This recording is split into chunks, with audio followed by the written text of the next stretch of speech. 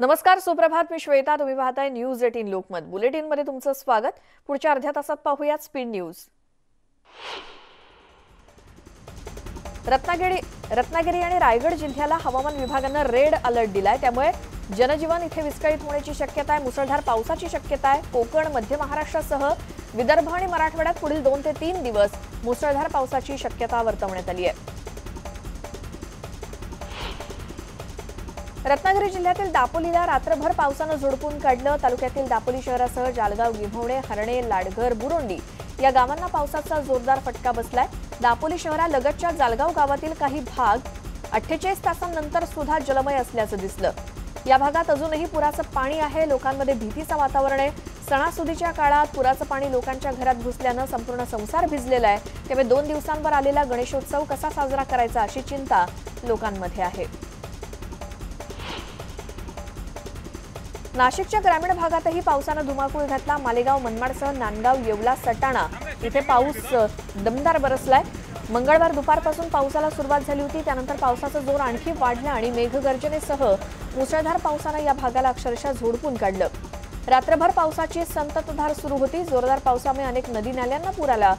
नांदगाव शहरातून वाहणाऱ्या शाकंबरी आणि लेंडी नदीला पूर आल्यामुळे बाजारपेठा, घरांमध्ये पाणी शिरलंय. वखारी आणि दरेल इथले छोटे बंधारे फुटल्यामुळे शेतात पाणी शिरलंय. परशी पूल पाण्याखाली गेल्यामुळे मालेगाव, नांदगाव भागातील काही रस्ते बंद झालेत.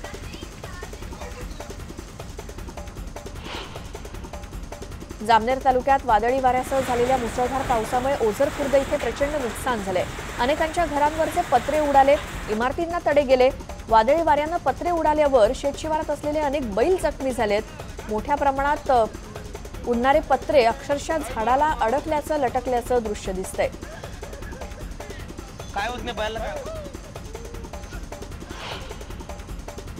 जळगाव जिल्ह्यात मुसळधार पावसामुळे मोठ्या प्रमाणात जनजीवन तर विस्कळीत झालंच. भुसावळ इथल्या राम मंदिर परिसरात एक 70 वर्ष जुनी इमारत कोसळली. सुदैवाने यात कोणती जीवितहानी झालेली नाही. मात्र भुसावळ शहरात असलेल्या अनेक ठिकाणच्या जुन्या इमारतींवर नगरपालिकेच्या वतीनं होणाऱ्या कारवाईचा मुद्दा पुन्हा एकदा समोर आलाय. गेल्या 2 दिवसांपासून सुरू असलेल्या संततधार पावसामुळे चाळीसगाव शहरातील तितूर नदीलगतच्या रहिवासी भागात पुन्हा एकदा पुराचं पाणी घुसलंय. काल संध्याकाळी नदीला पूर आला, पण रात्रीच्या वेळी पुन्हा पाणी वाढून ते रहिवासी भागामध्ये घुसतंय.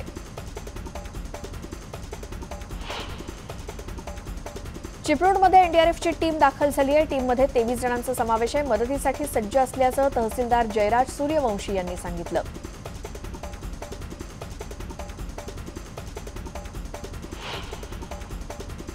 रायगड जिल्ह्यामध्ये मुरुड तालुक्यात 12 तासात 475 मिलीमीटर पावसाची नोंद झाली. जिल्हा प्रशासनानं नदीकाठच्या आणि खाडीकाठच्या नागरिकांना सतर्क राहण्याचे आदेश दिलेत. समुद्रात कुणीही जाऊ नये असं देखील सांगण्यात आलंय.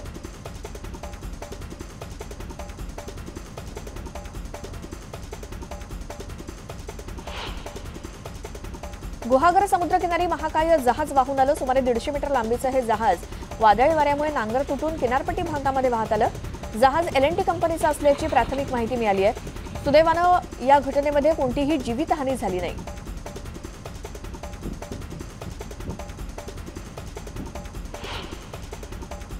परभणी जिल्ह्यातील गोदाकाठी असलेल्या पालम आणि पूर्णा या तालुक्यांमध्ये मुसळधार पावसानं हजेरी लावली. नदी नाल्यांना पूर आलाय. जिल्ह्यातील प्रमुख मार्ग असलेल्या गंगाखेड पालम या मार्गावरील पुराचं पाणी रस्त्यावर वाहत असल्यानं मंगळवारी हा मार्ग बंद होता. तर पालम तालुक्यातील केरवाडी इथे पुराच्या पाण्यात एसटी बस बंद पडल्याची घटना घडली.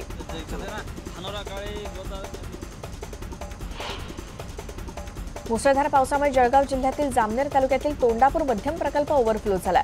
तर कांग नदीला पूर आलाय. पुरामुळे तोंडापूर फत्तेपूर मार्गाचा संपर्क तुटला. तोंडापूर प्रकल्पाजवळ धरण पाहण्यासाठी आलेल्या 2 तरुणांचा पाय घसरून कांग नदीमध्ये ते वाहून गेले. एका तरुणाला वाचवण्यात स्थानिकांना यश आलंय, तर दुसरा तरुण अद्यापही बेपत्ता आहे. नदीच्या पुराच्या पाण्यात कार घालणं एकाला महागात पडलंय. सुदैवानं गावकऱ्यांनी या कार चालकाला वाचवलं, मात्र गाडी वाहून गेली.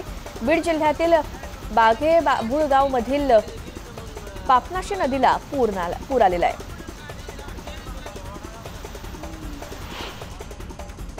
बीड जिल्ह्यामध्ये पुन्हा एकदा पावसानं झोडपून काढलं. त्यामुळे जिल्ह्यातील नदी नाले, ओढे दुथडी भरून वाहत आहेत. त्यामुळे गोदावरी नदीकाठच्या 45 गावांना सतर्कतेचा इशारा दिलाय.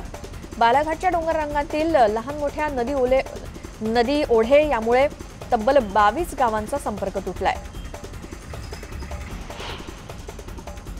अहमदनगर शहरासह जिल्ह्यात जोरदार पाऊस झाला आणि तालुक्यातील कोरडगाव बोधेगाव रोड या ठिकाणी पुलावरून पाणी वाहतंय, त्यामुळे दोन्ही गावांचा संपर्क तुटलाय।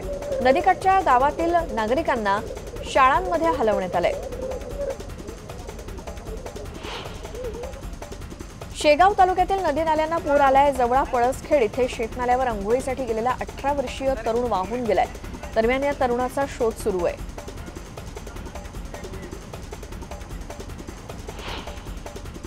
नांदेड जिल्ह्यामध्ये मुसळधार पावसामुळे 2 पाझर तलाव फुटलेत, त्यामुळे शेतीचं मोठं नुकसान झालंय। नांदेड जिल्ह्यात मुसळधार पाऊस झाला असून 7 तालुक्यांमध्ये अतिवृष्टी झाली आहे। तलाव फुटल्यानं लोहगाव वाडीमध्ये संपर्कही तुटला होता।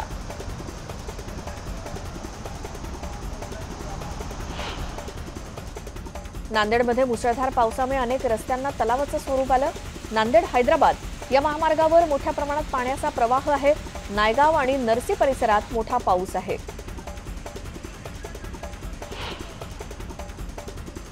अकोला जिल्ह्यात मुसळधार पाऊस झाला, त्यामुळे गांधीग्रामसह अकोला म्हैसांग दर्यापूर मार्ग बंद झालाय। पूर्णा नदीवरील म्हैसांगच्या पुलावरून पाणी वाहत असल्यामुळे वाहतूक विस्कळीत झाली आहे। जालना जिल्ह्यातील बहुतांश भागात सर्वत्र वादळी वाऱ्यासह मुसळधार पाऊस झाला। अनेक भागात वीज पुरवठा खंडित झाला असून काही ठिकाणी विद्युत खांब आणि झाडं उन्मळून पडली आहेत। नदी नाल्यांना पुन्हा पूर आलाय। सततच्या मुसळधार पावसामुळे बळीराजा धास्तावलाय।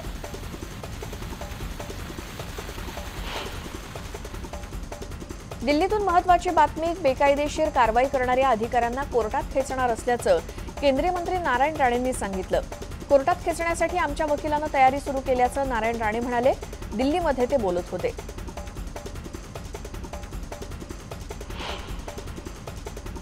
केंद्रीय मंत्री नारायण राणे यांनी चिपी विमानतळाबाबत महत्त्वपूर्ण माहिती दिली आहे।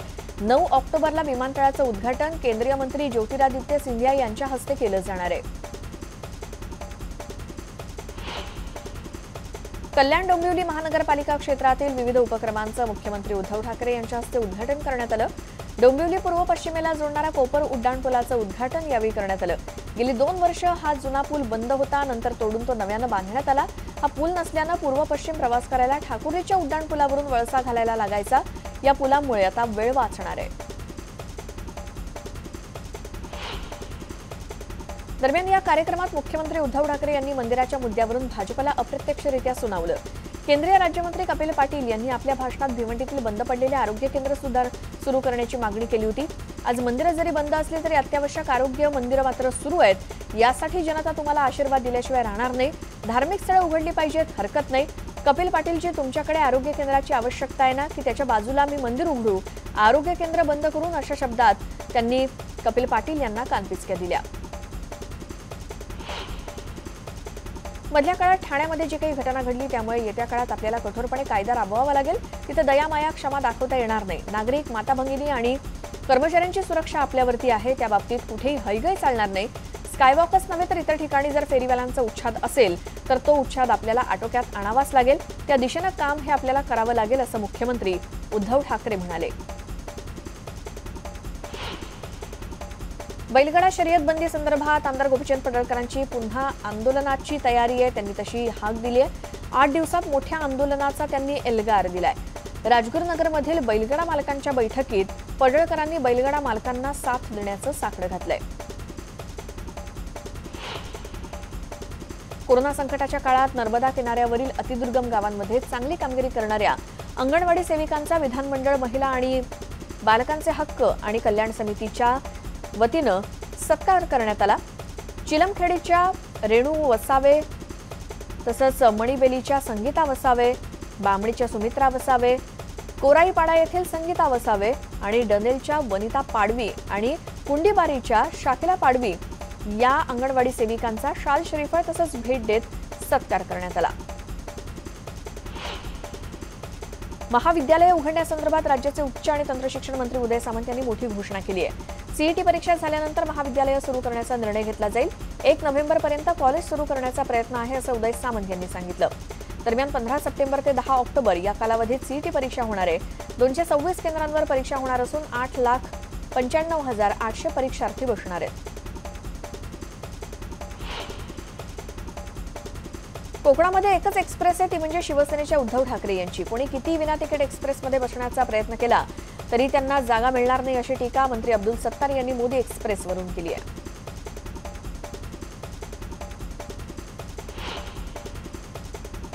भूमिपूजनासाठी मंत्री येणार म्हणून चक्क चिखलात डांबरीकरण करून रस्ते चकाचक करण्यासाठी शिवसेना नगरसेवकांची पळापळ सुरू आहे. उल्हासनगर शहरात बाळासाहेब ठाकरे क्रीडा संकुल आणि संग्रहालयाच्या भूमिपूजनासाठी पालकमंत्री आणि नगरविकास मंत्री एकनाथ शिंदे येणार आहेत. उल्हासनगरमध्ये भाजपनं काढलेल्या मोर्चात कोरोना नियमांचे अक्षरशः 3 ते 4 वाजले. पोलीस उपायुक्तांच्या कार्यालयावर भाजपनं मोर्चा काढला होता. माजी नगरसेवक प्रदीप रामचंदानी मारहाण निषेधात हा मोर्चा काढण्यात आला होता. मात्र मोर्चामध्ये सोशल डिस्टन्सिंग तर सोडाच, अनेकांनी मास्क देखील लावले नव्हते. ऊस तोडणीला नकार दिला म्हणून मजूर महिलेचं मुकादमानं अपहरण केल्याची घटना समोर आली आहे. औरंगाबादमध्ये धक्कादायक घटना घडली आहे. संबंधित मुकादमा विरोधात वाळूंज पोलीस ठाण्यात गुन्हा दाखल करण्यात आलाय. हिराबाई घायतडक असं अपहरण झालेल्या 42 वर्षीय ऊसतोड महिलेचं नाव आहे.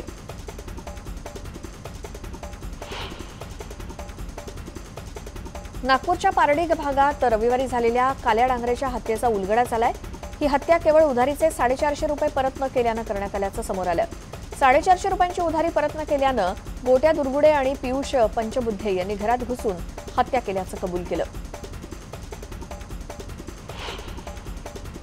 मुंब्रा परिसरात पत्नीची अत्यंत निर्दयीपणे हत्या करून पती 2 वर्षीय मुलीसह गावी पळाला होता. मुंब्रा पोलिसांनी या आरोपीला अटक करून त्याला 8 सप्टेंबरपर्यंत पोलीस कोठडी सुनावली आहे. आरोपी पती आणि पत्नीमध्ये सतत वाद होत होते. या वादातून पतीनं पत्नीची हत्या केली. धुळ्यामध्ये सोनगीर चिमठाणे या रस्त्यावर लूटमारीतून एका तरुणावर धारदार शस्त्रानं हल्ला करण्यात खून करण्यात आला. प्रेमसिंग असं तरुणाचं नाव असून तो बाईकवरून जात असताना त्याला अडवण्यात आलं. त्याच्याकडील पैसे हिसकावण्याचा प्रयत्न करण्यात आला. यावेळी झालेल्या झटापटीत प्रेमसिंग याच्यावर वार करण्यात आले. यात त्यांचा जागीच मृत्यू झालाय. मुंबई गोवा राष्ट्रीय महामार्गावर वाकणजवळ अपघात झाला. यात नागोठण्यातील तरुण रौफ चिपळूणकर जागीच ठार झालाय. नागोठण्याजवळून वाकणकडे मोटरसायकलवरून जात असताना वाकण पेट्रोल पंपावर ट्रकनं टक्कर दिल्यानं हा अपघात झाला. यावेळी संतप्त ग्रामस्थांनी महामार्ग रोखून धरला होता. मीरा रोडच्या नरेंद्र पार्क परिसरातील एकाच घरामध्ये आई, मुलगा आणि मुलीचा मृतदेह आढळला, त्यामुळे खळबळ माजली आहे. मीरा रोडच्या नयानगर पोलीस ठाणे हद्दीतली ही घटना आहे. तिघांचा संशयास्पद मृत्यूची नोंद करण्यात आली असून पोलीस अधिक तपास करतायत. नालासोपारा पश्चिमेकडील सोपारा गाव ते गासगाव रस्त्यावर असंख्य खड्डे पडले असून 3 महिलांचा यामध्ये अपघात झालाय. त्यामुळे संतप्त झालेल्या ग्रामस्थांनी वसई विरार महापालिकेच्या प्रभाग ई कार्यालयावर धडक मोर्चा दिला. हा रस्ता त्वरित दुरुस्त न केल्यास रास्ता रोकोचा इशारा देण्यात आलाय. नाशिकमध्ये सर्व प्रकारच्या समस्यांचं निवारण करून मिळेल अशी वर्तमानपत्रामध्ये जाहिरात देऊन फसवणूक करणाऱ्या भोंदूबाबाचा अंधश्रद्धा निर्मूलन समितीनं भांडाफोड केला. एका डमी महिलेला मूल व्हावं अशी मनोकामना घेऊन त्याच्याकडे पाठवण्यात आलं. या भोंदूबाबानं तिच्याकडून 50,000 रुपये आणि लाल रंगाच्या साडीची मागणी केली. गणेश महाराज या भोंदूबाबाला आता पोलिसांनी ताब्यात घेतलंय. पुण्याच्या वानवडी इथे अल्पवयीन मुलीवर झालेल्या बलात्कार प्रकरणासंदर्भात अधिक माहिती समोर आली आहे. या अल्पवयीन मुलीवर एकूण 13 जणांनी बलात्कार केला. त्यापैकी 6 जणांना अटक करण्यात आली आहे. सोमवारी एकूण 8 जणांना अटक झाली. 6 पैकी 5 जणांनी तिच्यावर बलात्कार केला. एक तिचा मित्र असून तोच तिला मुंबईला घेऊन आला होता आणि ती अल्पवयीन असल्यानं या मित्रावर अपहरणाचा गुन्हा देखील दाखल करण्यात आला आणि इतर 13 जणांवर बलात्काराचा गुन्हा दाखल झालाय.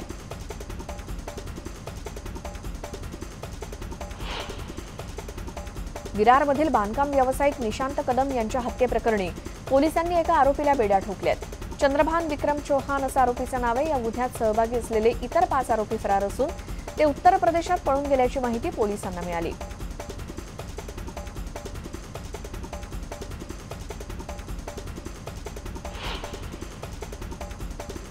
अभिनेता संजय दत्तनं सोशल मीडियावरून केंद्रीय रस्ते वाहतूक आणि महामार्ग मंत्री नितीन गडकरी यांच्यासोबत फोटो शेअर करत त्यांचे आभार मानलेत.